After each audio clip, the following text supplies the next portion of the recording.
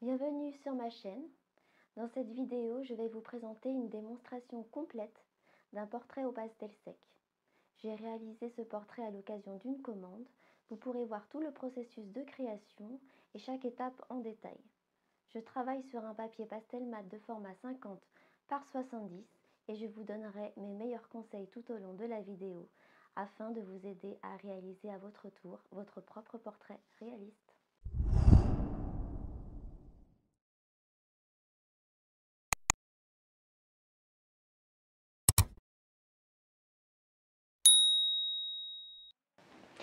Prenez le temps de réaliser un croquis précis et vérifiez-le attentivement avant de commencer la mise en couleur de votre portrait au pastel sec.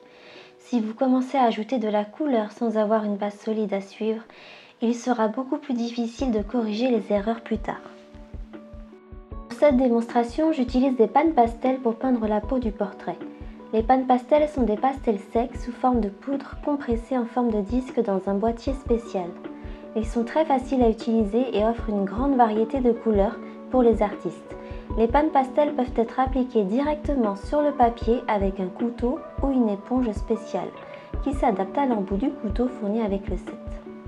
Il est important de ne pas trop appuyer sur le papier lors de l'application des pannes pastel car cela pourrait endommager les éponges. Les pannes pastel offrent également la possibilité de mélanger les couleurs comme avec la peinture traditionnelle, ce qui les rend particulièrement utiles pour créer des transitions de couleurs en douceur. Dans cette démonstration, je commence par appliquer les valeurs les plus claires de la peau, puis les valeurs les plus sombres et enfin les couleurs médianes pour créer un portrait réaliste et détaillé.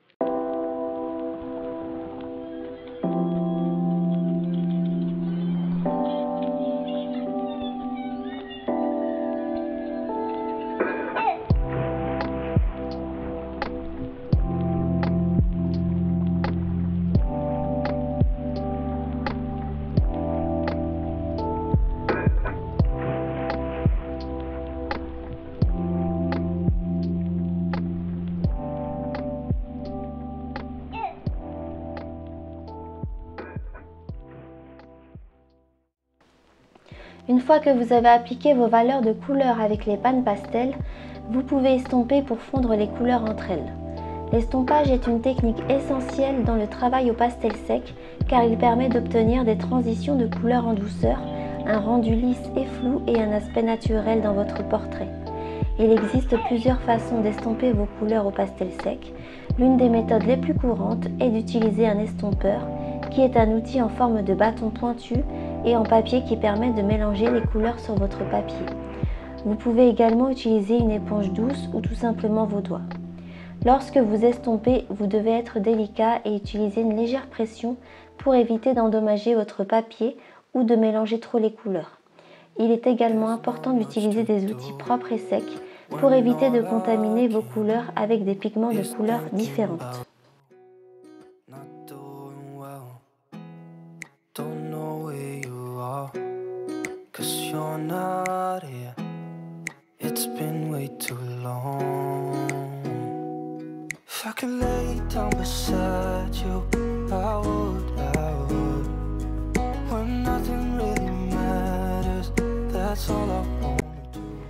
Les crayons pastel secs sont très utiles pour ajouter des détails et des accents fins dans votre portrait au pastel sec. Dans cette démonstration, j'utilise différentes marques de crayons comme les crayons Caran-d'Ache, les Pitt de Faber-Castell et les Carbotello de Stabilo. Pour utiliser les crayons pastel, il est important de s'assurer que tous les crayons sont taillés avant de commencer votre portrait. Cela vous permettra d'obtenir une mine fine et précise pour dessiner les détails fins. Pour tailler les crayons, vous pouvez utiliser la méthode traditionnelle en utilisant un cutter et en affinant la mine avec du papier de verre. Les crayons pastels sont particulièrement utiles pour ajouter des détails tels que les sourcils, les cils, les reflets dans les yeux, les rides, les plis des vêtements et les mèches de cheveux individuelles. Lorsque vous utilisez les crayons pastel secs, assurez-vous de ne pas appuyer trop fort pour éviter de briser la mine ou de faire des marques indésirables sur votre papier.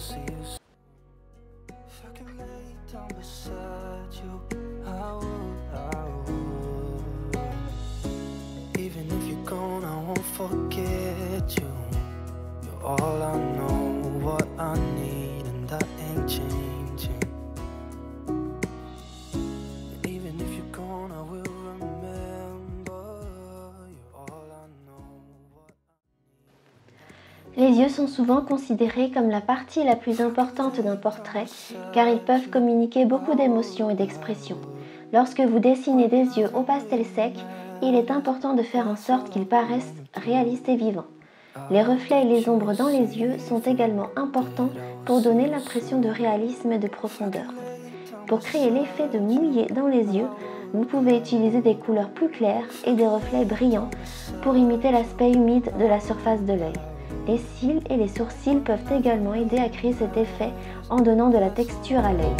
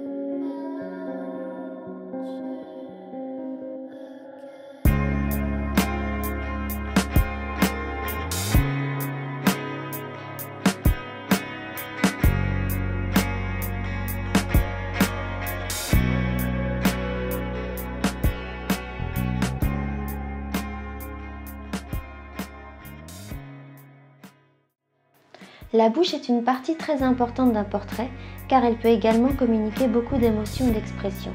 Lorsque vous dessinez la bouche dans un portrait au pastel sec, il est important de la rendre naturelle et de ne pas trop marquer les dents car cela peut donner un aspect peu naturel à la bouche. Enfin, n'oubliez pas de marquer les brillants sur les lèvres qui sont des reflets de lumière qui apparaissent généralement sur les parties les plus humides des lèvres. Ces brillances peuvent être suggérées en utilisant des couleurs plus claires.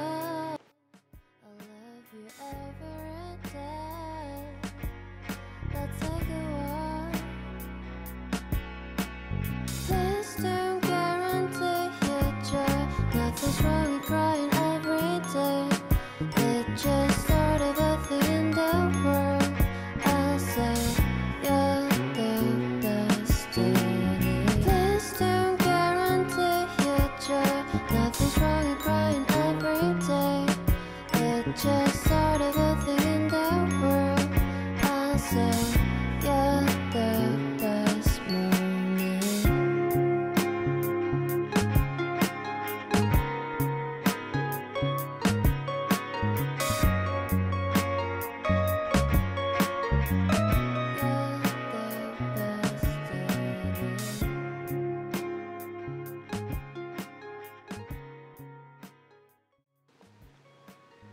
Les lunettes peuvent être une partie difficile à dessiner dans un portrait, en particulier si c'est la première fois que vous essayez de les représenter.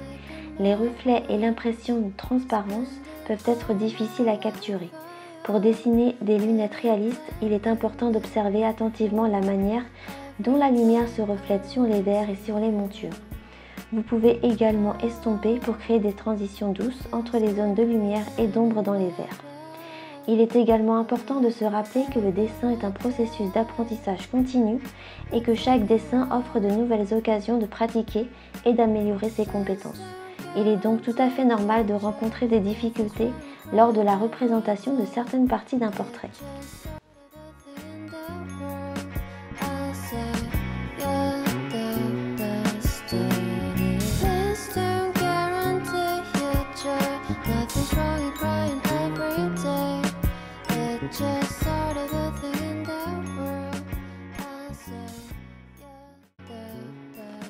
Pour dessiner un visage d'enfant, il est important d'utiliser des couleurs plus claires que celles que vous utiliseriez pour dessiner un adulte. Cela donnera à votre portrait une apparence plus douce et plus jeune. Évitez les traits trop marqués et durs lorsque vous dessinez un enfant. Utilisez plutôt des traits doux et légers pour représenter les contours du visage et des yeux. Pour donner une impression de jeunesse à votre portrait, dessinez les yeux un peu plus grands que vous ne le feriez pour un adulte.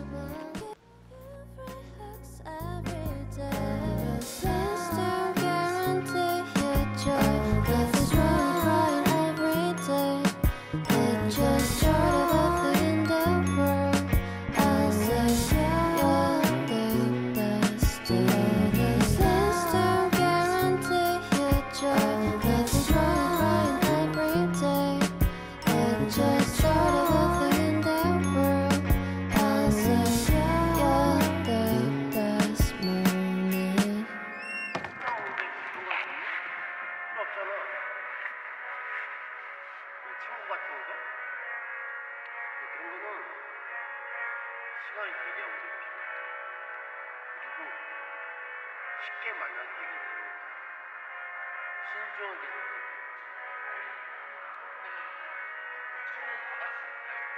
아니 강아지야 강아지 2살이야 아직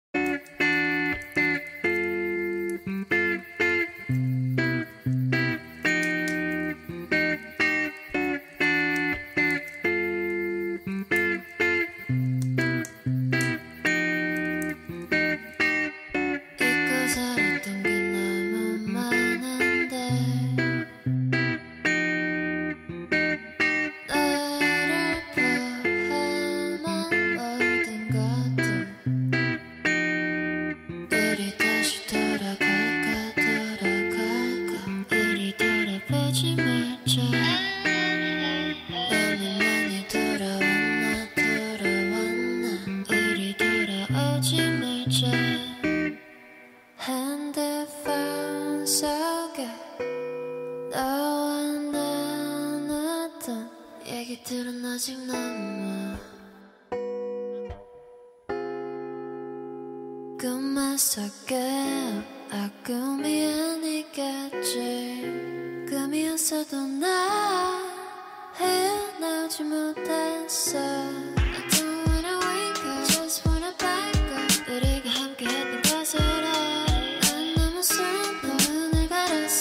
아무것도 보지 못하게 넌 아마 내가 아닌 미워둔 기억 속에서 나를 찾고 있겠지 더 많은 것이 하나를 갈라졌다고 난 변하지 않았어 You know what I've done to you all of my life But before I said that you were far away This song can never reach you 이 노래 듣게 된다면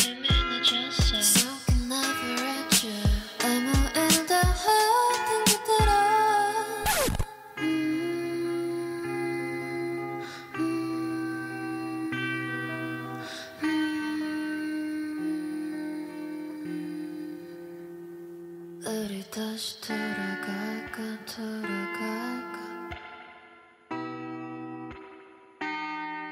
나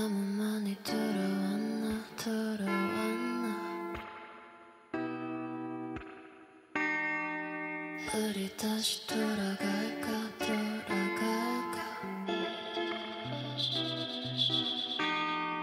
나만 많이 돌아왔나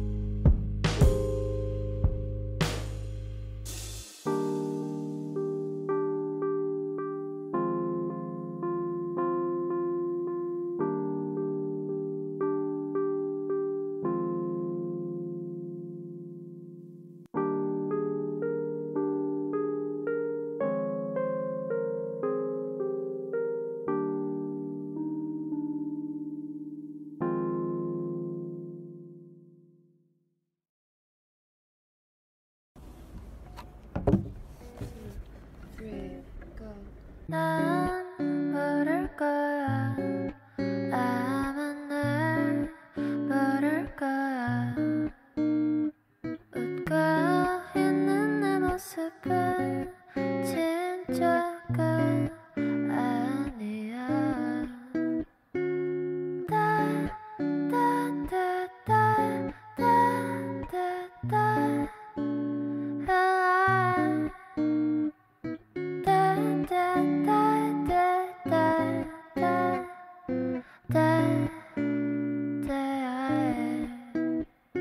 내 자신이 미워서 한참을 울었어 그래야 기분이 나아질 것 같아서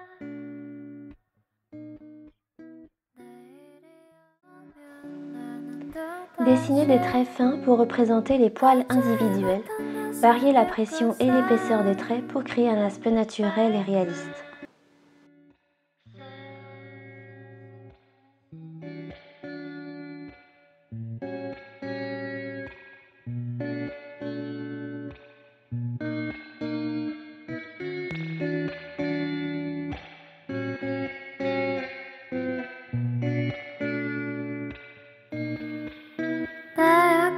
모습은 숨기고 살아야지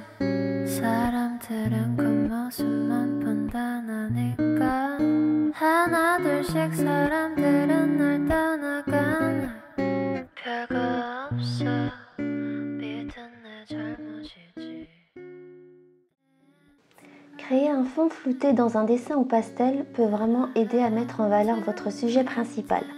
Voici quelques conseils sur la façon de le faire avec vos pannes pastel.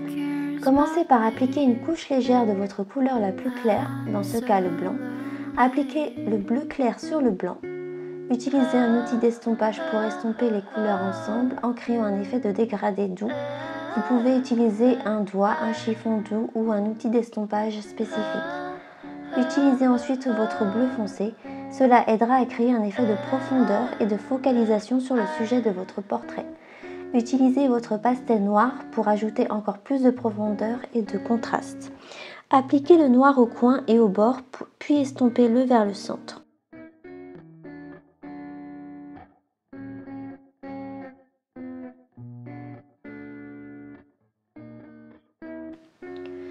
Dessiner des cheveux réalistes au pastel sec peut être un défi, mais avec un peu de patience et de pratique, vous pouvez obtenir de bons résultats. Voici quelques conseils. Comme toujours, l'observation est la clé. Regardez attentivement la couleur des cheveux, la direction dans laquelle ils se déplacent, la manière dont la lumière se reflète sur eux et où se situent les ombres. Choisissez plusieurs nuances de la couleur de base des cheveux. Si vous dessinez des cheveux bruns, par exemple, vous aurez besoin de plusieurs nuances de brun, ainsi que de noir pour les ombres et de blanc ou de jaune pour les reflets. Commencez par marquer les zones d'ombre, de lumière et de couleur de base en utilisant les bâtonnets de pastel sec. De mon côté, j'utilise des bâtonnets de la marque Sennelier. Suivez la direction dans laquelle les cheveux se déplacent. Une fois que vous avez marqué les grandes zones de couleur, commencez à ajouter des détails en utilisant vos crayons pastel.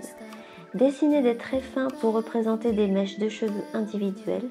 Assurez-vous de suivre la direction de la croissance des cheveux et de varier la longueur et la direction des traits pour un aspect plus naturel.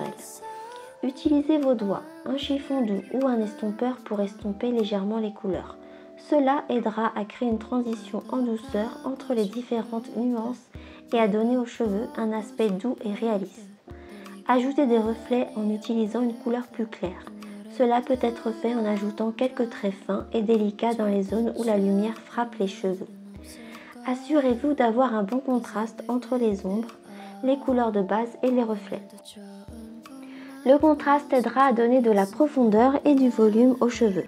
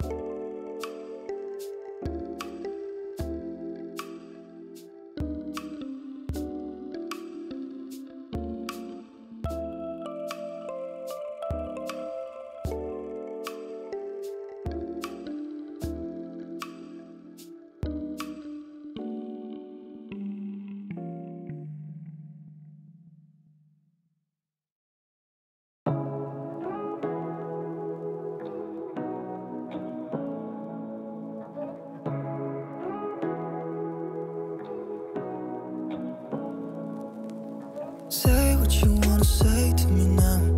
I wanna wake up with you in the morning. Show me there's nothing fake to me now. I wanna wake up with you in the morning. Say what you wanna say to me now. I wanna wake up with you in the morning. Show me there's nothing fake to me now. I wanna wake up with you in the morning. Turn this room, turn it to an ocean. Let me float around.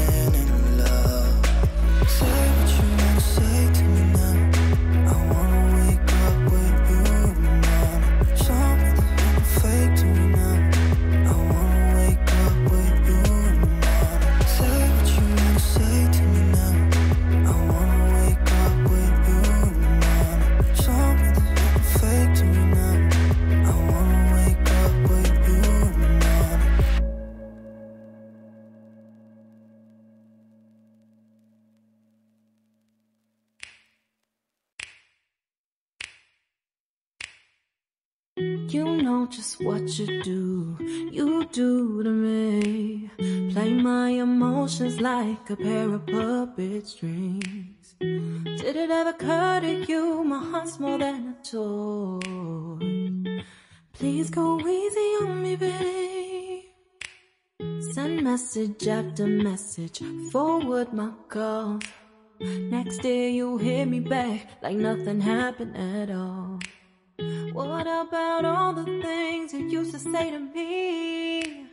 This ain't the way it's supposed to be. And you know I wouldn't do that to you. You know I wouldn't treat you that way. Voici quelques conseils pour vous aider à dessiner des vêtements réalistes au pastel sec. Comme toujours, commencez par observer attentivement les vêtements que vous souhaitez dessiner. Notez comment le tissu tombe et se plie, où se situent les ombres et les reflets. Choisissez plusieurs nuances de la couleur du vêtement. Vous aurez besoin d'une couleur de base, de plusieurs teintes plus foncées pour les ombres et de quelques teintes plus claires pour les reflets. Commencez par marquer les grandes zones de couleur sur le vêtement en utilisant vos bâtonnets. Appliquez la couleur de base, puis ajoutez les ombres et les reflets en conséquence. Pour représenter les plis et les drapés du tissu, observez où le tissu est tendu et où il est plié.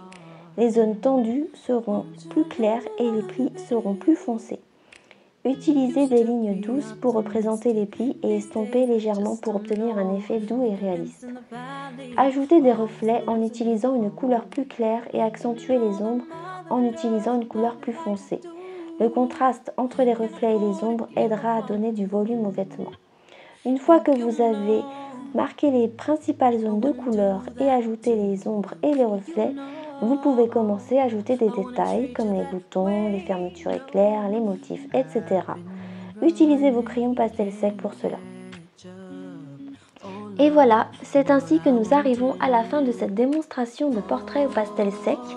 Nous avons abordé plusieurs techniques clés comme la mise en place des proportions correctes lors du croquis initial, la création d'un fond flou pour faire ressortir le sujet et comment rendre les détails de manière réaliste, comme les cheveux ou les vêtements.